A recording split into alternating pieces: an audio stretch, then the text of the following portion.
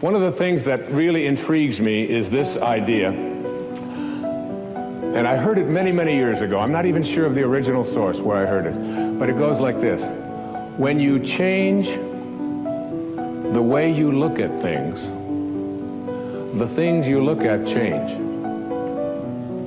Albert Einstein once observed that you have the most fundamental and major decision that you have to make in your life is this. Do I live in a friendly or a hostile universe? Which is it? Is it a universe that is filled with hostility and anger and people wanting to hate each other and people wanting to kill each other? Is that what you see? Because when you see the world that way, that's exactly what you will create for yourself in your life. This is from great scientific minds. And the interesting thing is that this is not just a clever play on words, that when you change the way you look at things, the things you look at change. It's actually a very scientific thing, and I'm going to show you that in just a moment. I'd like you to imagine the following scene. You're in your house. You've got your car keys in your hand. The lights go out. Power failure. You can't see a thing. You stumble around in your living room and you drop your keys. And you look around for a moment and you realize that you're never going to find them in the dark. But you look outside and you notice that the street lights are on. So in your mind, a light bulb goes off. I'm not going to sit around here in the dark and grope around looking for my keys when there's a light on outside. I'm going to go out here under the street light and I'm going to look for my keys. Why are you laughing? This makes a lot of sense. So you're out here and you're groping around and you're looking for your keys and you're looking and looking, and your neighbor comes along and says, "What happened, Wayne?" "Well, I dropped my keys." "Oh, I'll help you look for them." And the two of us are now down here looking for our keys and looking. Finally, he says to me, "Excuse me, but where did you drop your keys?" "Well, I dropped them in the house." He said, "You mean to tell me that you dropped your keys in the house and you're looking for them out here in the streetlight? Doesn't make any sense." And I said, "Well, it doesn't make any sense to grope around in the dark when there's light out here." Now you laugh and you think how silly that is, but isn't that exactly what we do when we have a problem, a difficulty, a struggle that is located inside and we're looking for the solution outside? Someplace outside of ourselves. It would be like going to the doctor and telling him all of your symptoms, and the doctor says, "Oh boy, you've got a lot of symptoms." And he starts writing out prescriptions. You need a prescription for this symptom, you need a prescription for that symptom, and finally he gets this 4 or 5, and you go to walk out, and you say, "Well, I'd like my prescriptions." He said, No, I'll give this one to your mother-in-law, and I'll give this one to your neighbor, and I'll give this one to your daughter, and I'll give this one to your father." I mean, you're the one with the struggles and with the difficulties, and expecting somebody else to change or something outside of you to get better in order for you to make your life work at this level that I'm calling intention is something you have to really take a hard look at. It's in here.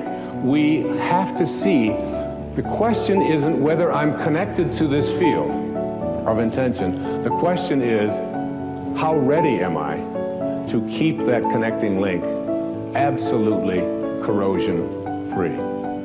And I used to ask the question many years ago, from studying philosophy and teaching it for many years, who am I? Who am I? I'm pretty much at peace with that now. I really think that who I am is a piece of the divine source, disguised as an author and a father and a writer and someone who delivers these kinds of talks and so on. It's all a disguise. I remember when someone asked Mother Teresa, "What do you do every day in the streets of Calcutta?" She had a wonderful, profound answer. She said, "Every day I see Jesus Christ in all of his distressing disguises. I see the unfolding of Source, the unfolding of God, the unfolding of Spirit in all that I encounter." And I see it in myself as well. And I see that and know that. That's not the question that bugged me the most. The one that puzzled me the most is, where did I come from? Where did I come from? You ever ask yourself that question? I used to ponder that. I can remember I lived in a series of foster homes for a while when I was a young boy, until I was about 9. And I would lay out in Mount Clemens, Michigan, I would lay out on the grass, and I would look up, and I'd see these endless stars. There was an apple orchard out there, and I could just lie there on my back, and I'd just look up, and I'd say, where did I come from? Where did I come from? And it's not about reincarnation. I always liked Eleanor Roosevelt's response when they asked her if she believed in reincarnation. She said, I don't think it would be any more bizarre for me to show up in another lifetime than it was for me to show up in this one. It always kind of made sense to me. You know? It's hard to figure all of this out. But where did I come from? Where did I come from? So you ask yourself this perplexing question, where did I come from? And most of us, when we think about that question, we come up with an answer. And the answer is, as hard as it is for us to even imagine, our parents did it. It's a tough one. But in one blissful moment, one drop of human protoplasm in some mysterious way collided with another, and life began in this microscopic dot. Now, I can remember years ago, we had 4 children in 7 years. And my teenage daughter, Stephanie, at that time,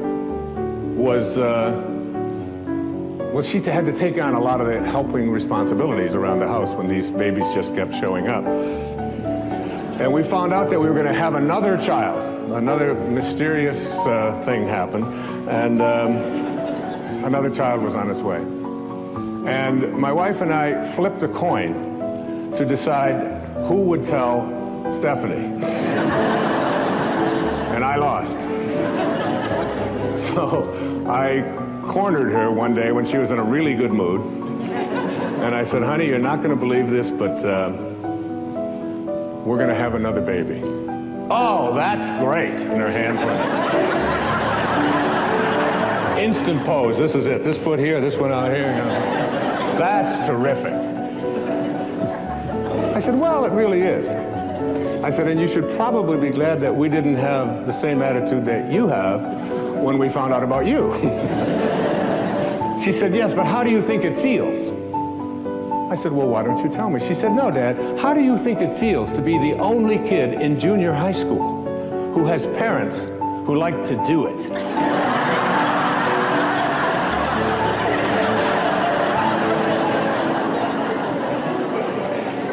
And I said, Steph, I know this is going to be hard for you to accept, but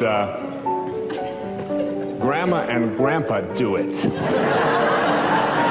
That is just sick. That's all I do. Oh, it's just storming out of there, right? So when we think about where we come from, that sort of is the place that we get to in our hearts. But just go back to that moment for a second and understand that, remember what I said earlier, when you change the way you look at things, the things you look at change. Just keep that idea in mind. Because if you go back to the time of your absolute beginning into the material world, you know that there was a microscopic dot. And this microscopic dot included everything that you needed for this physical journey. And you can't even see it with a microscope. It's just too mysterious and too mystical to even contemplate, isn't it? That something as tiny as you could get 1,000,000 of them on the head of a pin contains everything that you needed for this physical journey. Everything. Your birth was in there. The shape of your eye is in there. Your height is in there. The color of your skin is in there. I hold a hair up on the pillow and say, and I've had this experience several million times. What held it in yesterday? And you must ask that question, like, what held them up yesterday, don't you? Or why was it black yesterday and it's gray today? Where did that one come from, or whatever? And all of these changes are in this microscopic dot. So what I'd like to do just for a few seconds here is to go back to take the microscopic dot that is your beginnings, in which there's a future pull that is created, every face and every body and everything in here and everyone out there watching today, in that one instant miraculous moment, everything that you needed for this physical journey was in there. Too hard to comprehend, you just accept it. So now we take the dot and we look at the dot and we say, let's find the origin of the dot that began me. And you put it under a microscope and you turn up the magnification, and what you see as you turn up this magnification is you see molecules. And inside of those molecules are mostly particles, and these particles are all flitting about, and there's mostly just empty spaces in there. And you take one of these particles out, and we call them atoms. And you put this atom, looking for your source, looking for where you began, and you put it under another atomic microscope, turn up the magnification even stronger, and what do you discover as you turn up the magnification? You discover that it's just more empty spaces and more particles with new names.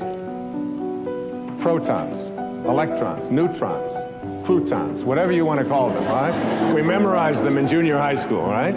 So you take one of these electrons and you're just looking for your source. Where did I come from? You turn up the magnification on this electron microscope, and what do you see? More spaces and more particles, all flitting about, a dance, this huge dance.